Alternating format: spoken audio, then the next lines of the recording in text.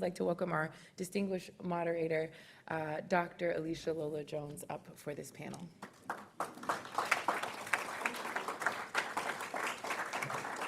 Thank you. You have been an awesome host. The YBSers have been holding us down, representing us well. Thank you so much for your leadership.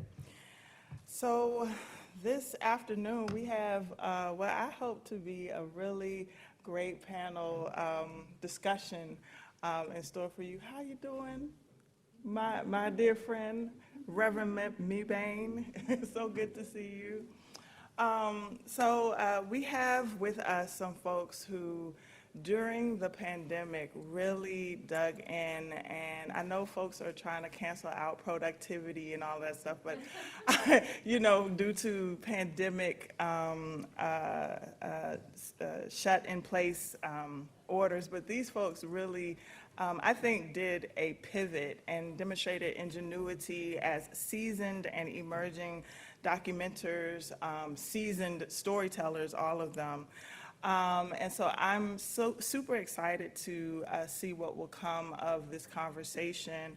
I'm going to start from my left in terms of reading bios, and I'll take a little privilege here and just say it feels full circle to bring back our esteemed Reverend Dr. Otis Moss III, largely because it was at Convocation when we first met. It was in just general conversation, checking in, and I researched his church. He was very hospitable and extended his hospitality even further in saying yes to this invitation. Here's Dr. Moss's bio. Reverend Dr. Otis Moss III, Senior Pastor of Trinity United Church of Christ in Chicago, is a preacher, activist, and author. Over the last 2 decades, he has practiced and preached a theology that unapologetically calls attention to the problems of mass incarceration, environmental justice, and economic inequality. A third-generation warrior for civil and human rights, Dr. Moss is committed to preaching a prophetic message of love and justice, which he believes are inseparable companions that form the foundation of the gospel of Jesus Christ. A native of Cleveland, Ohio, Dr. Moss is an honors graduate of Morehouse College. Morehouse has gotten a lot of love this week on campus. And I sense a scholarship, you know, just busting forth for them, don't you? And earned a Master of Divinity from Yale Divinity School and a Doctor of Ministry from Chicago Theological Seminary. Let's welcome Dr. Moss. And Dr. Moss will be talking to us a little bit about Otis's Dream after I introduce the co-panelists. Next we have we changed your name or? She just got married, Saint. She just got married this week. Rita Coburn.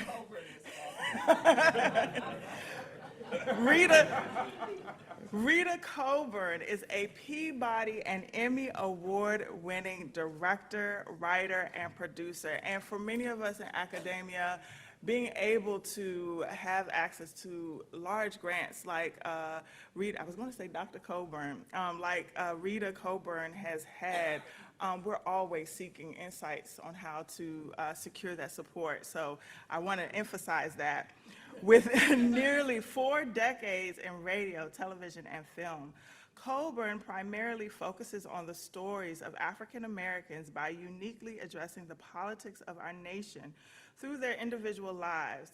It is in the multi-generational, cultural, political, and faith-based lens that the stories of prominent figures reveal key ideals relevant to our culture internationally.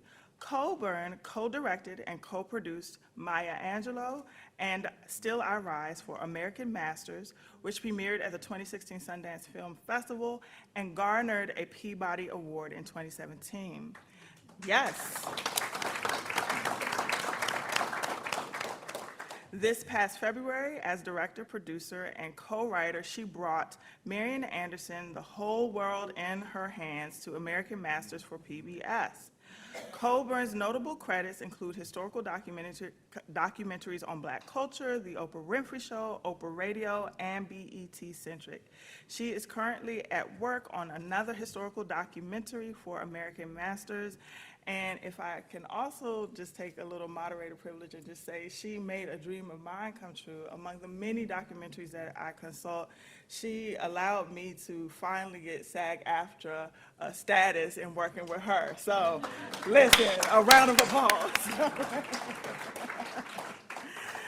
Next up, we have Archbishop Dr. E. Bernard Jordan, who is a New York Times bestseller author of The Laws of Thinking.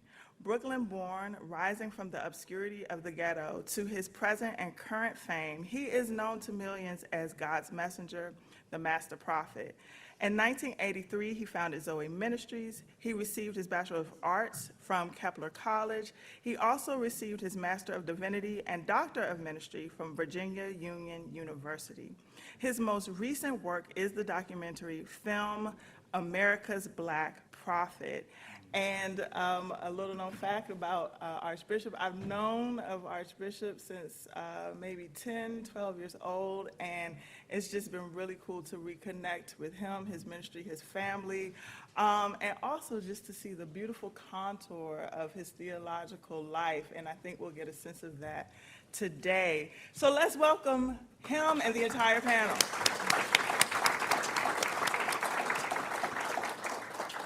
So the intention, or perhaps the reason why we thought this panel would be relevant for us is because during the pandemic, many creatives and many faith-based individuals, all of whom rely on the patronage and generosity of others, many of them pivoted during this time. I, for one, received a lot of inquiries about documentary work.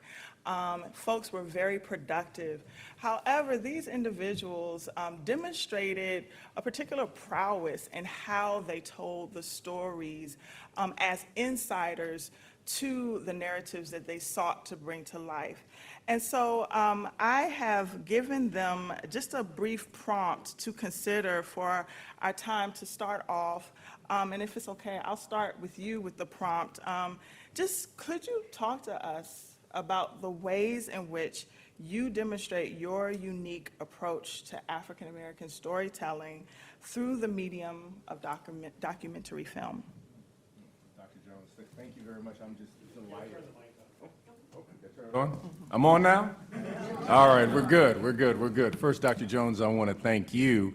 If you all are not familiar with Dr. Jones, she has, I would put it this way, she is gifted at being able to do crossovers and dribble with her right and her left. She is like the point guard when it comes to the academy, music, and the variety of diversity of what she is gifted in. So I'm always delighted to be in her presence and to learn from her. We bring her to Trinity just to teach and just to hang out with her, and so she can hang out with my wife. They love each other. But nonetheless, I'm just really honored, and with this amazing panel, I want to say thank you. Thank you very much just to be a part of this gathering. Let me just begin by telling a story, because I traffic in stories as a preacher who has connections to the South. I always loved the stories that I heard from my mother and from my father and from my grandmother. They just absolutely fascinated me in the manner in which that they could tell those stories. And as a young child, I became fascinated with something known as cinema and film. I wanted to be a cinematographer, not a preacher in any way, shape, or form. I thought I would be the next Spike Lee or something of that nature, but I was in love with a filmmaker, too, actually, one by the name of Akira Kurosawa, who did The Seven Samurai, and another by the name of Charles Burnett. Charles Burnett was kind of part of this new school out in California, and they did a amazing work, a movie called Killer of Sheep that I saw when on video, and then another one called To Sleep with Anger.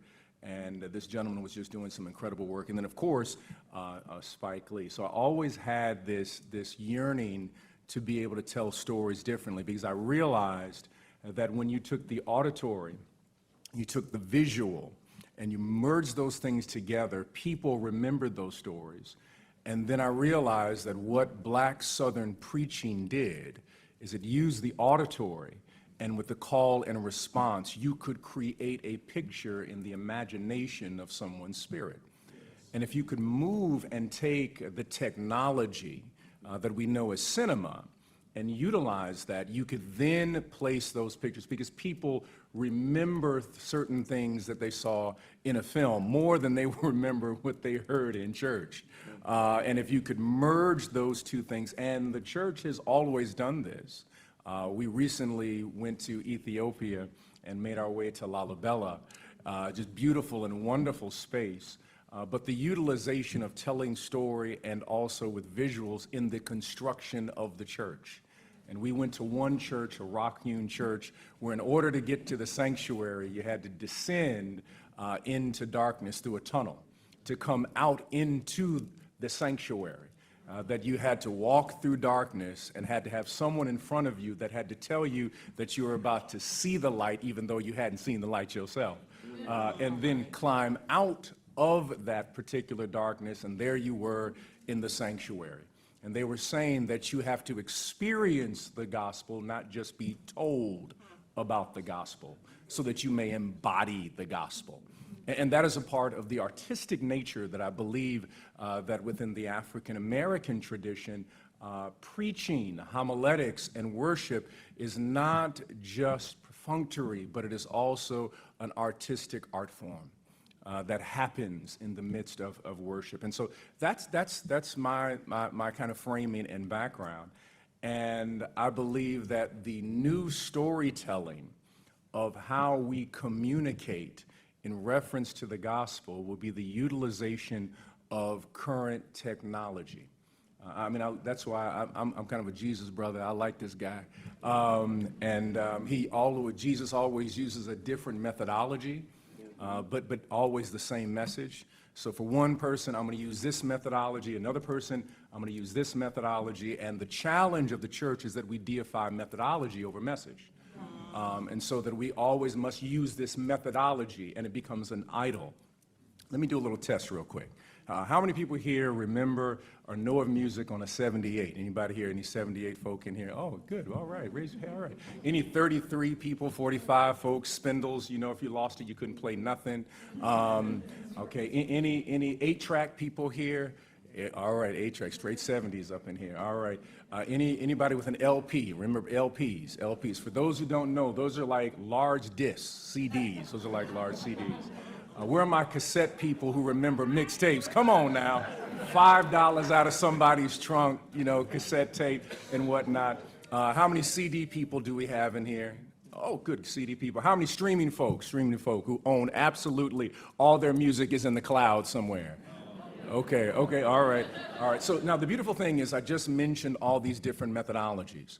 You could take the song Amazing Grace, you could play it on a 78, a 33, a 45, you can play it on an 8-track, an LP, a cassette, a CD, or you can stream it. It's the same song, different method of delivery. The problem with the church is that we're an 8-track church in a streaming world, and we're wondering why we're unable to shift and reach a new generation because we deify methodology. And cinema, the art of cinema is a methodology to be able to communicate story.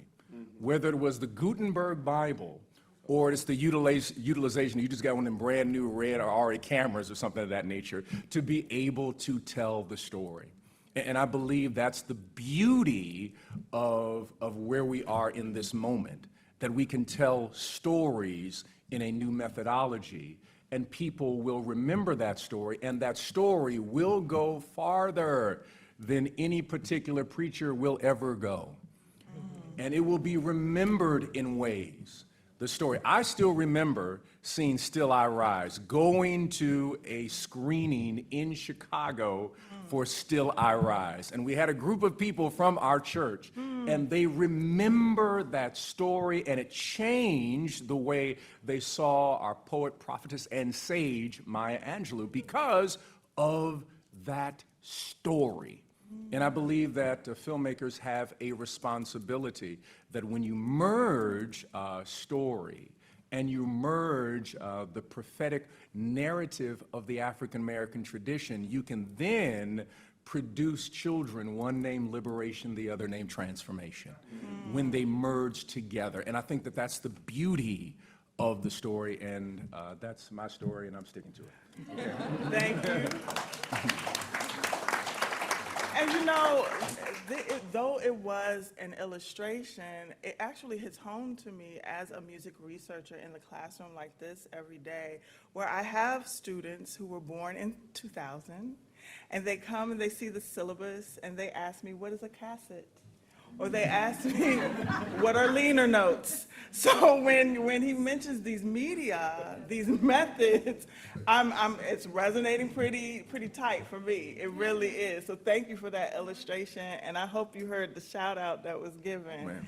So to you as well, what is your response to your approach to African American storytelling through documentary? I think that first, I'm really, there we go. Sorry about that. First, I want to say thank you for having me here. It's a pleasure to not only speak about my craft, but to speak about our culture, because that is how we come to storytelling. I think that all of us grow up in a story. And in the end of our lives, that's all we have, is the story that we have created. I want to go gospel and biblical with, in the beginning, God created. And I stop there because I think in our beginnings, we take nothing and we create. It's kind of what we do. So as we look at story, we start with our family story. There was one writer that said, the home is the last frontier. When you open any door and go inside, it's an entire world there that a child grows up in, or that things happen, both good and bad, that they have to then see the world through that lens. When I was very young, and I grew up in a town outside of Chicago that was 4 blocks by 9 and used to be an onion field. What happened was, when I went to school, I didn't see my story. The wonderful aunts, the parents that I had, the people who were around me were missing from the books. And so I wanted to then tell everybody, like, you don't know about Mama Maymay or Uncle Sport, or the relatives we have that we could never tell you their name. We just say, that's baby brother, and nobody knows his name. So what happens is we have this opportunity, and the opportunity from the African American tradition comes from some of our first storytellers in Africa that were griots. So they sat by the village door, and they could tell you 67 reigns ago this happened, and this is when the white man came, and that happened. Today, the griot is a documentarian and a DP, a director of photography, filming those kinds of things that tell you about our culture. There's a secret to storytelling. And the secret to storytelling is that if you read a book, everybody in this room goes into theater of the mind. As you read the book, you create visuals that come from your personal frame of reference that are different from everybody else's. So as a result, we have one power with that type of story. In the African American culture, there was a great robbery when we came to this country and were not allowed to read or write. If that was illegal, how would we then capture the stories that would keep the inspiration for our people alive? How would we relay our stories if we were not able to use language? And yet we were able to do that. And so the first stories were the stories that we told each other. The other complication that we have as documentarians is when we're telling a historical story, and a historical story is very important to our lifeline because we need to know all of the places from which we came in order to inform our present. So as a result of that, when we're looking at story for people for whom it was illegal to write or read, where are the stories held? What repository? When we go to the library, we're not the authors. Now, of course, we have some wonderful people that belie that. We have Ida B. Wells as a journalist. Probably one of our oldest, most prolific authors was W.E.B. Du Bois with 21 books. And they span the genres of poetry, of nonfiction, of novels, Black princes, and so on. And because he was internationally educated through his travel at a time when most of us, during being born in 1868, fresh out of a generation of slavery, or enslaved Americans, I don't care what you call it now these days, it was a bad situation. And it was the worst thing that could happen to this country, and you cannot lump us into other groups. This is the group that was enslaved in this country, and their culture, my culture, I am the skin, blood evidence of rape. This is who I am. So we need to drill down and tell the truth about some things in order to have authentic relationships. We can create laws, but they all depend on how one individual person interprets it when you're going to get the job that's going to feed your family. It's not about the law. It's about the emotional, spiritual, historical maturity of that individual in that one-on-one interaction. And it can't be legislated.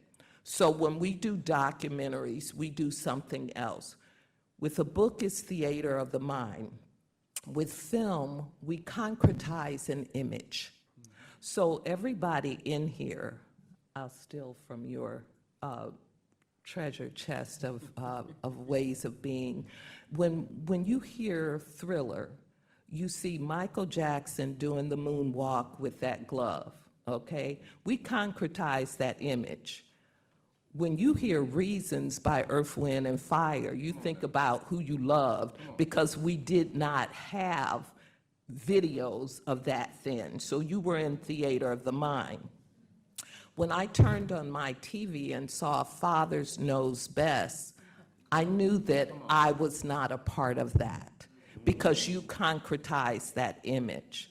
When I looked at the evening news and it said that there was a doctor and a patient coming on, and before I saw their lower thirds, I saw a Black man and a white female, I would have assumed that the white female was the doctor. So my job when I did TV was to change that image for you. We have to be really understanding that images are what drive us as a culture. And quite frankly, the facts are different from the truth. Maya Angelou said that to me, and we had such a relationship that Oprah Winfrey created in this manner.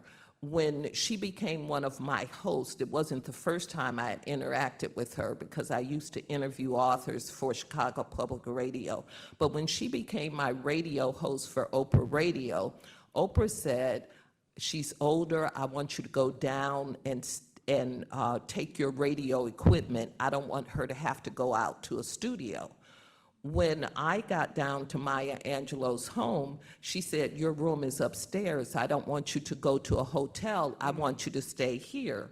So for 4 years, 3 to 4 days a month, I would raid the refrigerator and not get shot. which was, you know, if you made noises in that house, you needed to be careful because Maya Angelou slept with a gun under her pillow. So I would say, she said, yes, I know you're going to go to the refrigerator tonight. So what she would tell me was the difference between the facts and the truth are, you will learn facts in school, which many are debunked, such as Columbus discovered America, You've got facts. But the truth is, the people of this place did this and did that. So the facts and the truth are two different things. When we tell stories, what we are doing in the Black community at our best is we must go orally to the people who have the stories. And I tell historical stories because the people who remember these stories are dying. And there are other people for whom their blessing is to tell a contemporary story. I'm going back in time because when you ask God for something, you should be careful what you ask for. I said, I was kind of the Black Pippi Longstocking. I don't see my people in these books. Tell me about my people. And now I've been finding out about them ever since. So there's Maya Angelou, born in 1928, and there's a story to her life. And that story is predicated on who was the president at that time, what area of the country she lived in, if she was in a more liberal area, or if she was in the deep Jim Crow, not even wearing a chic Ku Klux Klan South in Arkansas, where she did live. We lived in different worlds depending on where we were in this country and what access we had. That changed our story. And so therefore, that was a story that started in 1928 America. Marian Anderson was born in 1897, the year after Plessy versus Ferguson, which, if you think about separate and equal, there's no logic to that statement. Two separate things can never really be equal. And so that tombstone was where she was born into. The year after that, her life changed as a result of that. Who was the president, or what white supremacist was in office at that time? So at the same time that you have that happen, I'm working on a story now when the object of the story, the person, was born in 1868. So that's what I mean by I've been going back into my own history learning. And I thank God because he prepared me, because 1928 prepared me for 1897, prepared me for 1868. I'm not a historian, but documentarians are frustrated historians. We want to give you history in a way in which you can take it. So I talked about the concretizing of the images and how I got to this place. And I also want to say, because this is the School of Divinity, that in all these cases, the church was the epicenter for the people in our culture.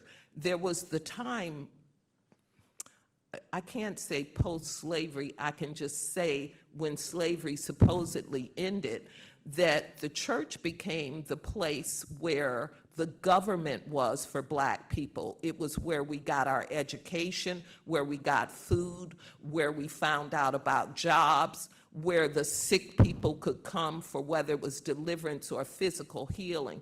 So all that together ties into our culture when we tell our stories. So I feel that I am a storyteller in the legacy of the griot, trying to create images that can help you expand your vision of who we are in order to support an authentic relationship, because at the end of the day, whether it's racism, sexism, or whatever ism it is, the root of it is lying solidly in the disrespect of the life of another human being.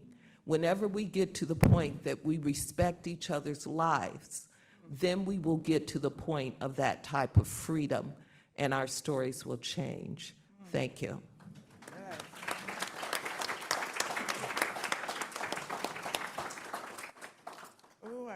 questions, and I'm sure you all do too. Please feel free to form your questions.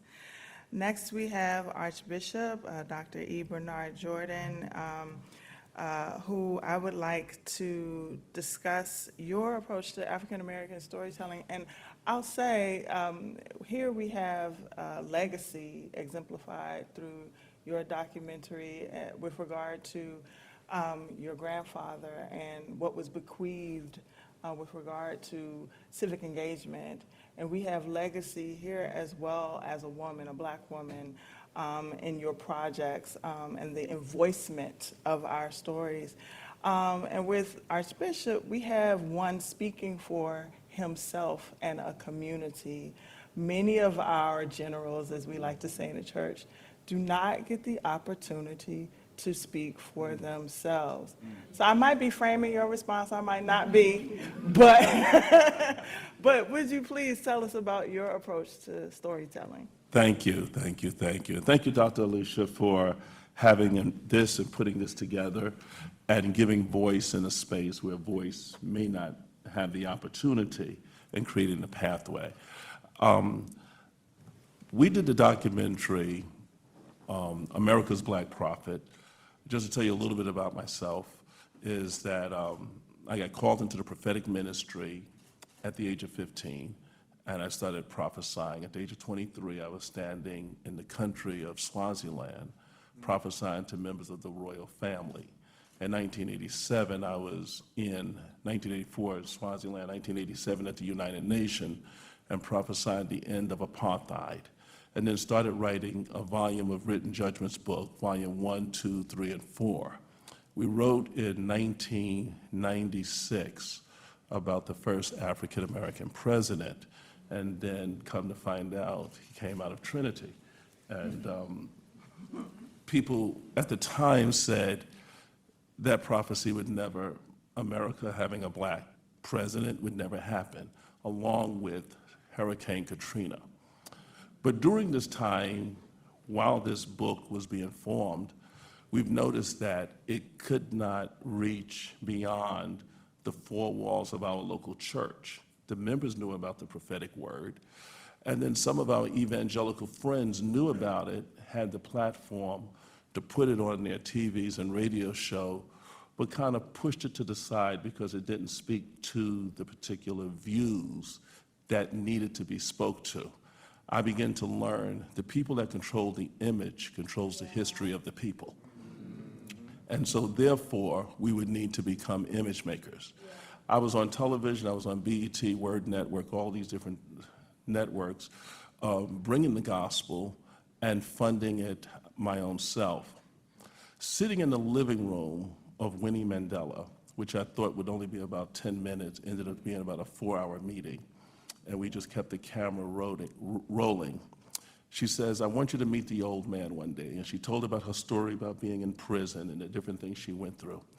And she says, you know, the old man, referring to Nelson Mandela, said he's never told his story. I sat up and I said, he never told his story? He says, no. Other people has told his story, but he has yet to tell his story. I left South Africa on that one of many trips. You got to tell your story. Because if your story is not told by you, it would only be told out of the lens of other people. And the story that's told about Black preachers, they're money hungry. It's only about the money.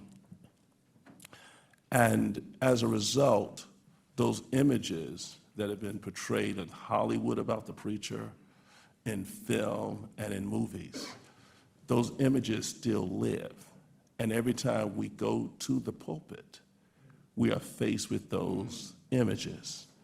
When we think about stories like I grew up, I'm 63 years old, under Good Time, and you begin to wonder, at the age of 63, good times is what? Keeping my head above waters and making a wave where I can. Temporary. Good times. Easy. Now, notice how that Y'all, it's like y'all recited it like I said, pledge allegiance to the flag of the United States of America. The repetition has been ingrained in us. So we have generations that good times is temporary layoff, making a wave where I can. So every time I go to work, it's always like I'm doing the hustle. I'm looking for a new hustle. And so when we got ready, my son-in-law and daughter here, I'm gonna have them to stand, they came to me and they says, we need to do a documentary. And let's give them a hand. And I was so moved by that I says, I'm gonna make y'all the executive producers, and we're going to do it. We did this documentary in less than 3 months. We put our minds together, and the story was already there. It needed to be just transmitted and put into the right places and spaces. One of the things I remember something from Reverend Dr. Katie Cannon. She said they knew that if they did not teach the slave, they didn't want the slave to be able to read. Because if the slave began to read, then the slave would begin to write.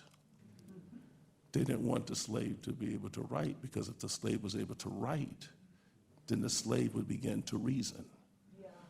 They didn't want the slave to be able to reason, because if he can read, write, and reason, then the slave would begin to think. And in the words of Rene Descartes, if I think, then therefore I am. And so the declaration of self is that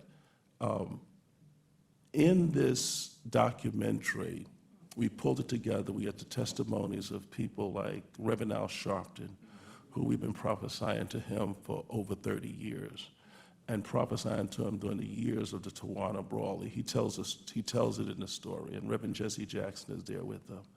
And we give him a prophecy there about that he would rise up in America and go in and out of the White House, and people said, yeah, right, Reverend Al Sharpton. Yeah, we'll see. And so we wanted to take the prophetic tradition that is in our community, that the prophetic is the preaching of social justice and speaking truth to power, but the prophetic also has a supernatural element to it that is just as transformative. That when you had Moses in Pharaoh's court, there was something there that was seen and done that had them to begin to start to stop and wonder, is this something we need to begin to adjust to? So this documentary, we thought it would be just one, it would be in series. What I was blessed by is that Zoe Ministries has been a church that has, we have a model that we lead from the future. And leading from the future looked like this. In 2007, I sent all of my congregation home and told them, watch us through the streaming mechanism. Because we said we're coming into the days where it would be the end of the brick and mortar and the beginning of the click and order. People looked at us and said, okay, maybe he's making an error in his judgment. Then we only had about 20 people sitting inside a building with about 400 people. And I says, well, we're not going to be building a church. We're going to be doing what Jesus said to do, and that's make disciples. So we started developing leaders. While we started coming back together, we started letting more people come into the building. We started sitting every other seat. We said we want everyone to start sitting every other seat. We didn't know, although we had prophesied about the pandemic coming, we didn't know this is what it would look like. We had already built a studio in our home in 2007. When the pandemic hit, it was like Noah's Ark to us. It was a rejoicing. We told people that in the year of 2020, small would become the new big. And one of the things that we're going to need to begin to prepare our leaders and teachers for is that if your church is not in the palm of your church, in your hand, it will no longer be in the church. You have no church. If your church is not in the palm of your hand, you have no church. Our church has never been closed in COVID. The building has, but the church hasn't. And I think when we begin to look at redefining what is the church now moving forward, and this will start to come out in some of the other documentaries, what is the church of the future looking like? Film is going to be a key. My grandchildren, in closing, they are in virtual reality spaces for hours. It's going to be difficult for them to come and sit in a sanctuary like this to hear the gospel when they're used to hearing daily and getting their information through a virtual space. And so I was blessed by what Dr. Moss said and blessed by his documentary as well. I was moved to tears when I saw his documentary because I saw something that is a model that needs to be seen in our community, and that's the generations of the men telling stories from father to son and then grandson. It's such an absent model. Not that it doesn't exist in America, it's just that we just don't see it. Like when we said fathers know best, as Dr. Coburn was sharing, you know, I was bused out in the second grade. And I remember, and even today, I go into rooms and I count how many people are like me. It's like an automatic. I was going through a transformational thing with some therapists, and they looked at your way of being. I said, what you do? I said, anytime I go in spaces, I feel like I'm always the minority. I look around and start counting. And then, who am I in this space? And then the next question I ask, who else will I bring into this space so that we can start to expand the space? So I want to thank you again for allowing me to share. And we trust the Lord you'll be able to watch America's Black Prophet and get the sense of it. And it's not just a prophet.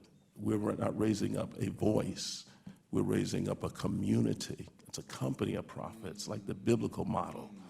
Not one person that shares in a gift, but these individuals that are strange and queer acting, but are true seers in our faith, and that are telling people things that become life changers and game changers, and doing things that is not, because the story's not told and it's not visible and it's absent, we don't know it exists.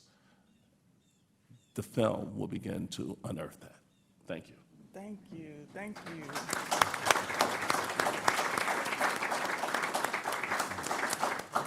So with each one of these individuals, our encounter with them has been through the research, and they each happen to be wealth magnets in their own right. They won't say it, but I'll tell you, I've researched them.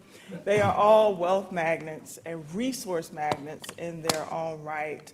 I want to just put a thread out there in terms of conversation as I've read your interviews, Rita, as I've conversed with you, Dr. Moss and Dr. Jordan. You all have mentioned ancestors in some way. You all evoke the ancestral connection and accountability. Calvin and I, as we got to know all three of your works, Calvin and I were already in discussions about the metaphysical and the otherworldly, even the extraterrestrial, and each one of you have, in passing, talked about how Maya Angelou gave you the gift of telling you what your next project would be, for example. Do any of you care to just say a little bit about how the ancestors have played a role in your work as people of faith? If I can, just for one moment. It's funny you mentioned that because I had a dream this morning of Reverend Ike, I knew you were going to say that. and he was my mentor. And in my Pentecostal experience, we called on the blood of Jesus. Whenever anything happened, we would say the blood of Jesus. Now, we don't see none of the disciples or anyone saying the blood of Jesus. We just don't see that as a practice in Scripture, but it became a modern day practice in our faith. Something happened, we said the blood of Jesus be against you, the blood of Jesus. And I started doing something recently, is that when I find myself having to move people out of a slave consciousness, I said, what would happen if we said the blood of Harriet? Or what would happen if we said the blood of Frederick Douglass? Because that's what it is. The life of the flesh is in the blood. And with that, and I think that's what blessed me so, is that how much of our blood is being handed down. Because I can still hear my mentors speak it in my ears. Although they have bodily gone, they are still spiritually here. Yeah. And every time I get the opportunity to mention them, I resurrect that idea, and that principle begins to live again in another generation. I'll just say, I'll try to do the short story that Alisha was referring to. When I had finished the Maya Angelou documentary, and I had spent all that time in Maya Angelou's presence, as I mentioned, I was praying because I was like, God, okay, like, what documentary do I follow Maya Angelou with? I mean, like, that's going to be kind of a hard one. So in that prayer, and it was organic and it was earnest, I went to bed one night, and Maya Angelou was in my dream, and she said, your next documentary will be on Marian Anderson. And I said, Marian Anderson, and we had a relationship in which she would kind of quicken me sometimes, which she did to almost everyone, but I think I got it quite often. And she said, yes, she has my initials, M.A. At that point, I sat up in the bed and said, wait a minute now, what's going on here?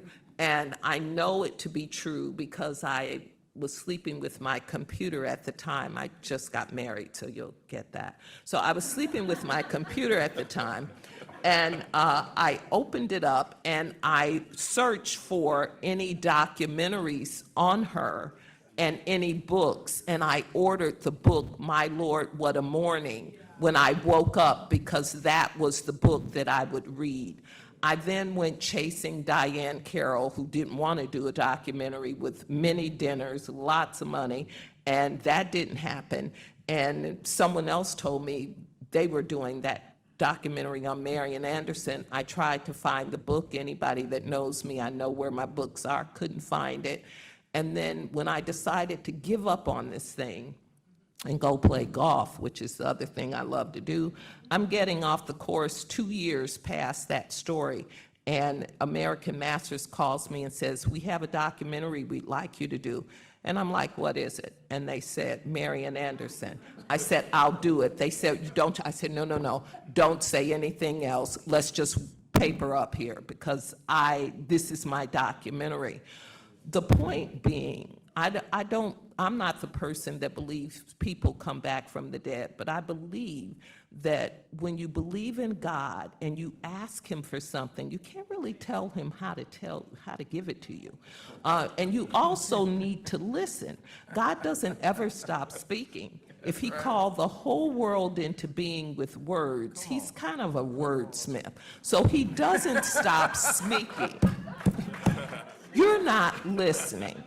And if you're not listening, if you're busy, if you're worried with the world, if you're on your own tangents, if your seeds falling in all the rocky soil, these guys know what I'm talking about, you don't get it.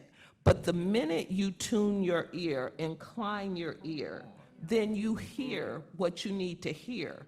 And then the last thing I'll say about that, because some of us walk in the Spirit, and after a while, you get afraid. Stuff is happening so fast, you like, hey, could you slow down? I'm not for all that. You know, this is a little bit much. But it is the pick up your mat and walk. The first thing is to pick something up, you have to bend down. You have to humble yourself, and you have to grab your past. Then you have to stand up in your present. And then you have to walk. The verbs and the onus are on you. So I just say, get busy.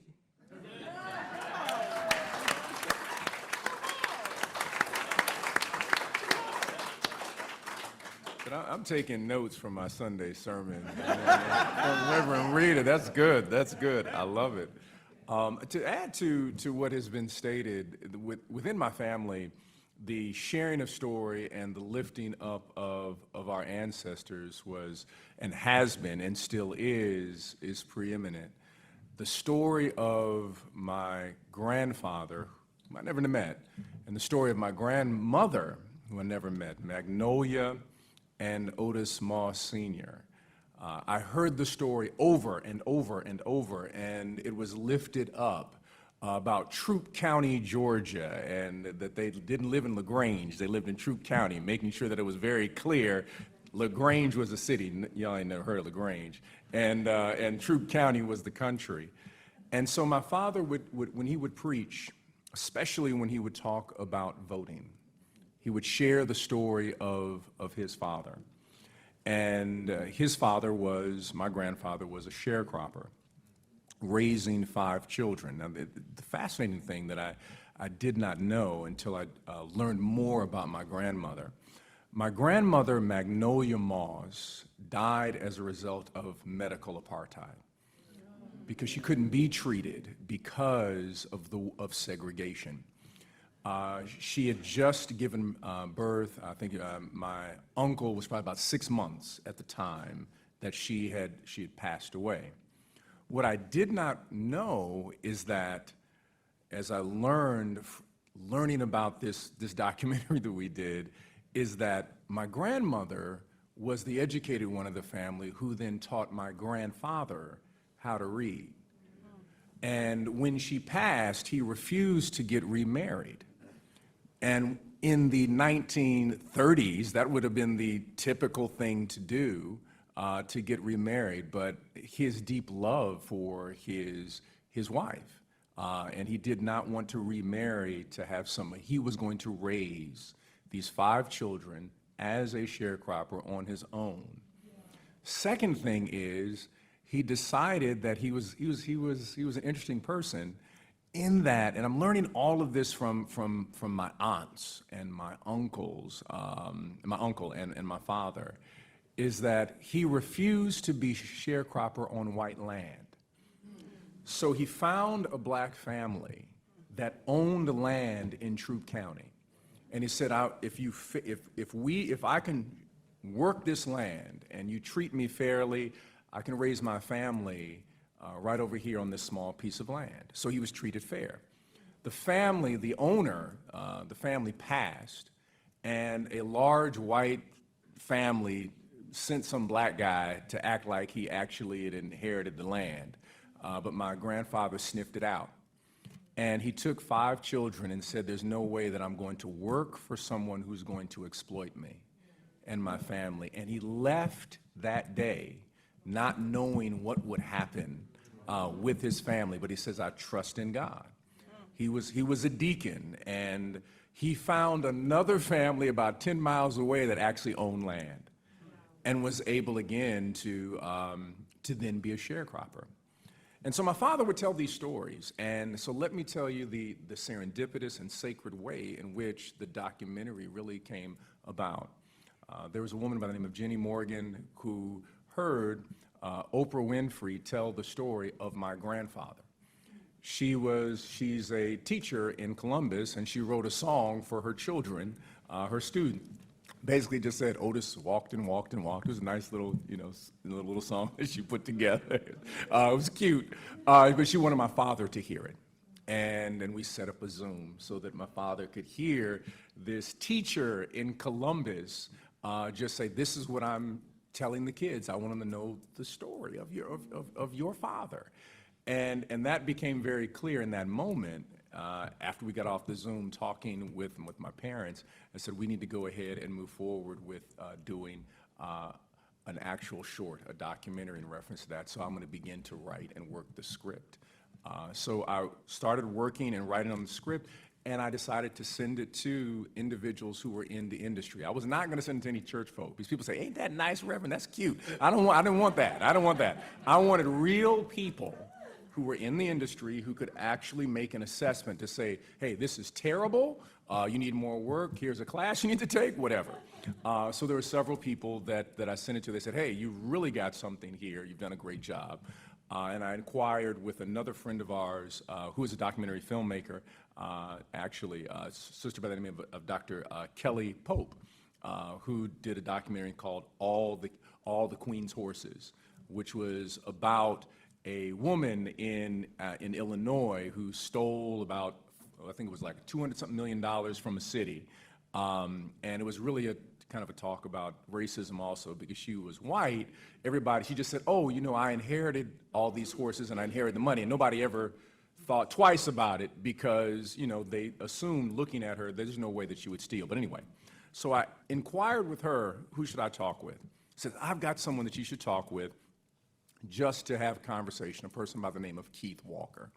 Keith Walker is an amazing cinematographer, director of photography. He does director of photography for Oprah, he does director of photography for the Obamas, and all I wanted to do is just talk to him about, just give me some pointers of how to move forward with this. So I began to tell him the story of my grandfather, and he stopped me in the middle of my conversation. He said, Reverend Moss, I need you to stop right now. He said, I heard this story. I was the director of photography for the John Lewis documentary. And when I was in Atlanta filming for the John Lewis documentary, we went to a rally where Stacey Abrams was speaking. But before she spoke, Oprah came forward and told your grandfather's story. When I heard the story, I said, that needs to be a movie. And he stopped me, he said, whatever you need, I will provide for this film. If you need me to be the producer, director of photography, and then he said, I'm going to provide my equipment we could not afford. It was the same cameras from Game of Thrones, he said. I said, we can't afford that. He provided that, and he said, in all of the direction. And then he also said, I have a database of young, hungry filmmakers, from sound to people who do the pull focus, and I'll bring them in because I think that this is an important project that needs to be heard. It was, again, the spirit of my grandfather and my grandmother and the Spirit of God that worked this piece together in a unique way. Then the production designer, when she heard the story, she said, oh, I'm going to do this at cost because how important this is. Then the directors who we found, they did the same thing. I mean, it was just everything came together in a magnificent way that we could not do. And I knew that it was truly the Spirit of God that was bringing all of this together. And to witness when we showed the first cut of the film to my father and watched him weep, that in itself, if no one else saw the film, was the blessing, because he had been telling this story. He remembered what his father shared with him. He moved into the civil rights movement in honor of his mother and his father, and every single one of my father's siblings were working in some way in reference to voter rights. All 5 of them were in some way working around voter rights because of the legacy of a man who didn't have beyond a formal 5th grade education, who married a woman who taught him how to read, and he decided to be, after she passed, a single father to raise 5 children who would go on to become architects for the Atlanta student sit-in movement and desegregate Atlanta. And that is the legacy of when you place your ancestors at the center and tell the story. Don't hide the story, but tell the story. In the way in which the comic book says it, said, you gotta know your origin story before you can understand your superpowers.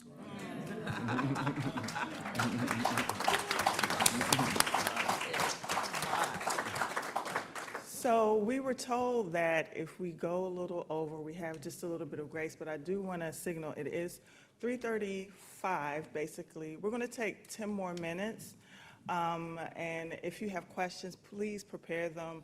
I do want to respond to the powerful storytelling that's already generating. Can't you all tell they are masterful storytellers? And just, I want to say that in each one of your works, I see a reflection of my heritage and the narratives that I know in this room. My grandfather was a widower who decided not to get married again until at least all of his children were old. But he spent the majority of his life after my grandmother died and raised his 4 children. So I see a reflection of myself. Marian Anderson, I mean, that was the first musical documentary that I saw, and when you called, I knew it was in the tradition of music education to do it. And thank you both for that. And then, of course, Archbishop, my faith tradition, which I don't hear a lot of folks from the Pentecostal Word of Faith in these spaces. I want to end by telling just a small story about your work. There's so much I could say about your mentorship, and I hope there will be another event to do so. I want to say, though, because I like to amplify voices on the margin, while doing research and worship with Zoe, in many ways that I have also with Trinity, Calvin and I had the opportunity to experience what prophecy means for Zoe. Can I share a story from that for you guys? So at the beginning of us getting to know or get reacquainted with Archbishop, right after Proctor, the Proctor conference just before the pandemic, Calvin and I were on they had a 3-year revival, 24-hour revival that they had just the beginning of the pandemic. Yeah, y'all should talk to him about how that works. But during that revival, we were participating in the worship experience, and Archbishop said to me and Calvin, I just purchased a book. I would like for you to consider this book. Now, you both know how much I love books, so I was like, okay then, I'll get the book. It was on digital diasporas. And I purchased the book, looked at it online, and Calvin and I looked it over online, and we were like, okay, we'll follow this. And we had ordered the book, and in the meantime, Calvin had come to me and said, Alisha, I feel like we're about to transition. And I said, okay, we're about to transition. And I got correspondence from Cambridge in England. And I actually tossed the email to a student, the job inquiry, because I get a lot of those. Professors know how that goes. But they circled back to me. And just as they circled back to me, I received the book that Archbishop told me to get. And the book looked totally different than what the thumbnail was online. It had the cover, but imposed on it was Cambridge. And I just laughed. I said, this man is playing with me. Like, what is going on? And from then on, there was such momentum. And he giggles when I say, I don't even know if he remembers giving me these instructions. But I say that because I met him at 10. we talk about ancestors. My father had passed away 6 months. The man who introduced me to him at 10, 6 months before we reacquainted, and in many ways, it's been a blast from the past. So I'll stop right here and just see if there are any comments or questions for anyone. I want to acknowledge Pastor Deborah, who is also a seasoned prophet in ministry. Please wave. Awesome, and there are people from Zoe here as well, but is there anyone that has a question or comment? And I hope this is just the beginning of a conversation. And please state your name, please. Yes. Sorry, I don't have a microphone. I know we were looking for those. But my name is Miles Briley, first year Master of Divinity student here at Yale from Detroit, Michigan. And so similar to like Archbishop Jordan said about going into a space and examining the room, when I go into a space and I examine the room, I want to see what oil is there, what anointing is in the room. And so I just want to thank each of you for your strength and being the epitome of what it would look like to have oil in the room, to be storytellers and to be image carriers and creators, just as you all have mentioned. I also look for that because I want to see what is God going to say in the space. Because as you said, Dr. Coburn, that God is always speaking. And so I heard him when he said that I do have a story to tell, and so the Miles Briley story will be coming.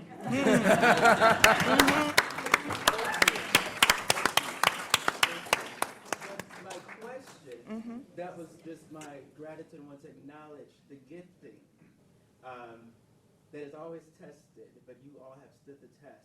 And so that is something to be grateful for. And I want to hear your stories as well. You are just as important as your ancestors, and what you are doing in this space will go far beyond what you could imagine. So thank you for that.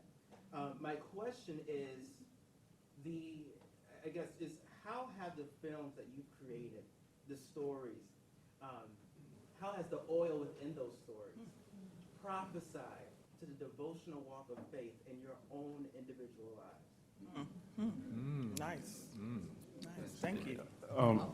If I can say this, in Virginia Union, I began to look at a new approach to worship. And one of the things, when I went to Israel, I kept wondering why at the Wailing Wall, at the Tomb of Solomon,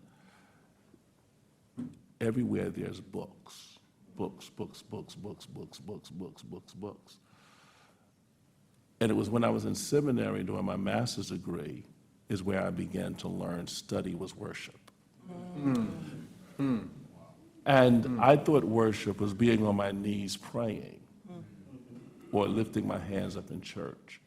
But every time I read, I'm in worship because I'm listening for what the Spirit is saying. When we got ready to do the documentary, and I would encourage everyone to practice this, start asking your ancestors questions. We were doing the documentary, and the matriarch of our family, my aunt, she's about 80-something years old. No one asked a question to my father as to why he left the South. We never knew. We just assumed they got it one day and left.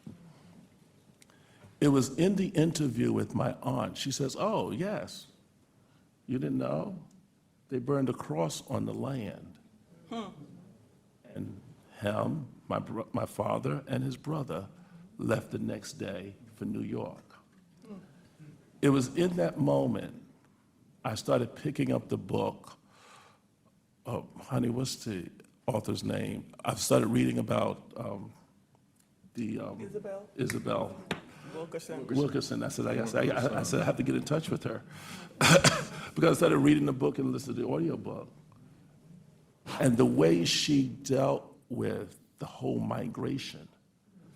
We've experienced another trauma that we don't talk about of the journey our people had to make from the South to the North, and then to run into even COVID racism when they got into the. So And then for the first time, I understood why my church had a North Carolina club, South Carolina club, Georgia club, Virginia club. This was part of the migration. So in doing the documentary, the Spirit of God has been educating me that there's these holes in your past that you've got to make whole and heal. Because people are sitting in these passes and not knowing why they are performing and behaving the way they're performing. So our doing the documentary is worship. Studying is worship. Finding out who the president was at that time is worship. Because we have a new America since the last president. We're having conversations around areas that we've never had before. And the context seemingly is always decisive. I want to ask a question. Some of parts of these documentaries, if not all, are being shown tonight? Is that right? Yes. Because I think we just need to reiterate that so that we're all, because I'm anxious to see these works because I haven't seen them. To answer your question, and let me know what time and where are we going to see these documentaries tonight? 7 o'clock to, Okay, thank you. For me, every time I do a documentary, what I do is I learn something about myself, I learn something about my craft, and I build faith. Because when you get ready to start these things, you start at a point of failure. Somebody lived 90 years, and I'm going to tell their story in 90 minutes. So first off the bat, I'm done. You know, I'm not going to be able to do this. So then I have to go back to lead me, guide me. You know, I have to go way back there, you know, because I have no idea what to do. And I think there's a point of it that one has to constantly conquer their fear and see fear as just the aroma of success. That's, you know, this is when you smell it. When you get to the point where you've lived months without fear, you can feel it when it comes to sit beside you and pretty much go, what are you doing? You know, this isn't going to work for you today. But what you have to do is constantly conquer fear. I think fear and faith are mentioned so many times in the Bible because this is what we know that we have to do. And we have to build our strength by conquering it. So every time I get an assignment, like the documentary that I'm working on now, I'm thinking, how am I going to do this? And then I realized, Jesus, you got a problem. You know, what you gonna do with this story? Because I obviously am not going to be able to do this. And when you chase the story will chase you. That's when you know. So this one little short story, I'm talking to Maya Angelou, and she says that Rosa Guy, the writer's sister, was in the United Nations, and she, at the death of, not Nkrumah, the death of Patrice Lumumba, stood up. Atli Stevenson was at the desk, and she stood up and said, "Murderers!" And at that, there became a fight. Now, I was listening, so I called my researcher and said, nothing happens on the United Nations floor that isn't filmed. Find me that tape. We found the tape. The tall black woman stood up and said, "Murderers!" And folks stepped out the aisle and punched each other, and it just was a fisticuff, right? And we put that in the documentary. So what I'm saying is, when you do it, you don't have to know. You do have to be led. You do have to be led, so you just have to listen. And when you interview people, and you respect that person as a human being. Somebody here, you talked about being with Winnie Mandela. The French director of that documentary on Winnie Mandela, she sat and talked with the man who put Winnie in prison in her home. And because she listened to him so well, he told her all the way he did it, and she put it in the film. All she did was, and he just up and out. So you don't have to know, you have to listen. And it really helps if you called, okay? You know about that. You need to be called. You don't want to do this if this isn't what you're supposed to do. You don't want to do anything if this isn't what you're supposed to do. You just have to find your calling, and then it's off to the races. Yes. So we, I just wanted to ask. Okay. Okay. And I think it's a great question to Miles that you asked. I think that it is just paramount that you not live by the small boxes that people try to put you in. And stand in the calling and the anointing that you have been given. Traditionally, in the West, we make divisions on what you can do. Minister over here, filmmaker over here, writer over here, historian over here. Who said those walls had to be there? Live in your gift and realize that you would never separate your eyes from your ears and the ears from the nose. It's all to be integrated. And what the film is helped me. I've always wanted to do films. I got all these little kid films I did when I was little. My dad brought me a video camera. I did my student films, but COVID became a beautiful, and this is in the words of Maya Angelou that I may use, it became sweet brutality. And the reason that it became sweet brutality was the brutality of the fact that you're dealing with people who are hospitalized, and we had a lot of people who were hospitalized, and the challenge of not being able to physically connect with people.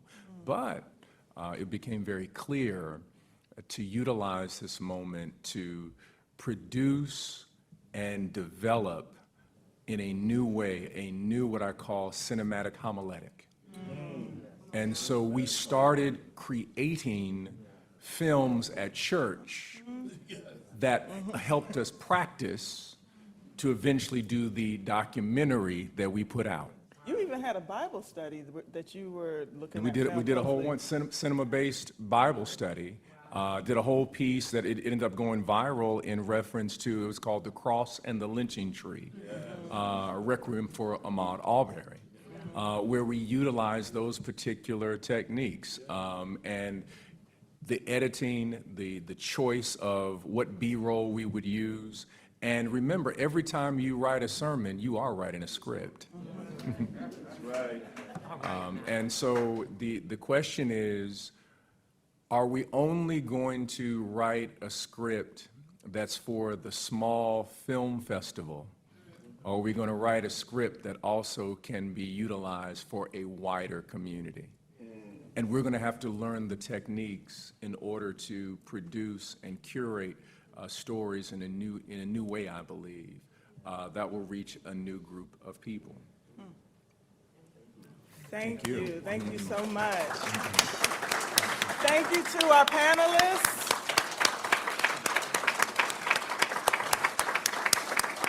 And I want to welcome back up our YBS president while also acknowledging your new alumni president, Reverend Dr. Turner. Awesome. Take it away. Thank you all again so much. It's an honor to have you all here. It's an honor to have our alumni. So I'm just going to walk us backwards through this evening's schedule. Again, my name is Ryan Lindsay Arendo. I have the honor of serving as YBS president. So at 7 p.m., from 7 to 9:30 p.m. in Niebuhr Hall, which is kind of the first room if you come in the main entrance to the right. That is where healthy portions of these documentaries will be screened this evening.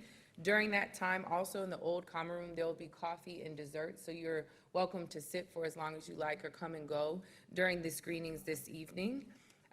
Prior to that, there is the bicentennial dinner celebration and campaign launch from 5:30 to 7 p.m. in the old refectory, which is the grand room with the grand chandeliers. And then if you happen to be in the classes of 1950, 60, 70, 80, 90, 2000, as well as 22 through 2010, because that's what the pandemic does to us. Your reunion class and cluster gatherings are happening presently. Before we go, is it possible, if your documentary is available streaming online, could you let folks know where they could watch it? You can go to otisdream.com. Also, use the hashtag #VoteTheDream. I might add that the documentary has been used over and over again in Georgia, and they're using it right now as a friend of mine, Senator Raphael Warnock, is running, along with another friend by the name of Stacey Abrams. So it is being used by churches, it is being used by organizations in reference to encouraging people the importance of voting. I would just go to American. If you go to American Masters PBS, they'll let you know where the film may be in relation to where you live on a PBS station. And also there are ways that educators can access the film as well. You can just go to YouTube and just type in America's Black Prophet, and you can see the entire documentary there. And it's also on Impact? And it's also being aired on Impact Network every Saturday this month at 5 o'clock. We have one more round of applause for our panelists as well as our moderator. Enjoy your evening. Thank you.